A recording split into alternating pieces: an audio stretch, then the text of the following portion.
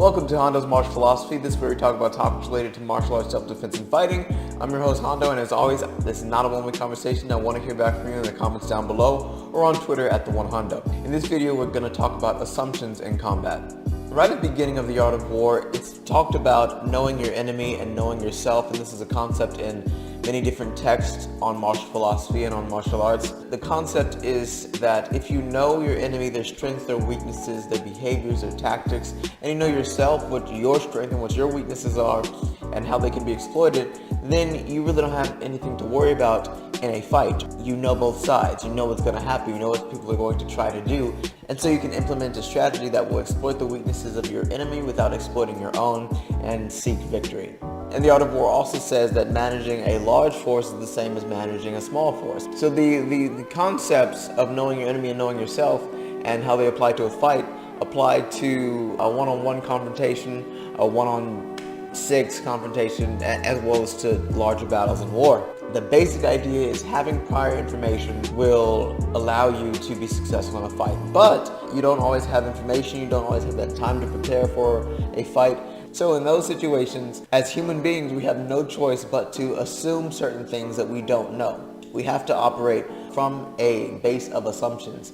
If you get into a situation and you're facing someone or someone is attacking you, you're going to naturally assume something. In a lot of martial arts schools and self-defense schools, when they train, a lot of assumptions are made in the training about the attacker and about what their intentions are, their skill level, and what they're going to do.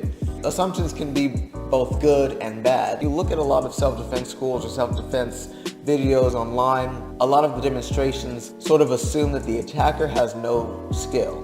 When you try to apply a lot of the self-defense techniques that you learn in class or from videos on the street or in a real situation, you may end up, seriously injured or killed because the attacker is an actual person who's not just going to stand there and let you do whatever self-defense technique you learned on them. Assuming that your attacker is just a brick wall and does not have any skill is a mistake. What you have to do when you go into a situation that is unknown, if you have to assume, number one, that you're facing a trained fighter. You have to operate as though you're going against someone who is equal on your skill level or better than you. So that way you are on guard the entire time. You're not going to leave yourself open. You're not going to do foolish things. You have to assume that they're skilled, they're prepared, they're strong, they're fast, and you have to operate like that.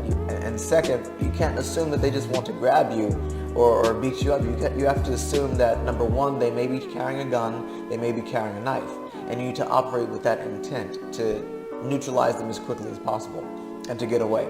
If you do not assume that, one, they're better than you, stronger than you, and skilled, and two, they may have lethal intent, then you're not going to operate in the quickest, most efficient way, and you may leave yourself vulnerable to attacks, better skilled, or a deadly weapon. So do you agree with me? Do you disagree? Let me know in the comments down below or on Twitter @the1Hondo. Like and subscribe for more videos posted daily, and I'll see you in the next video.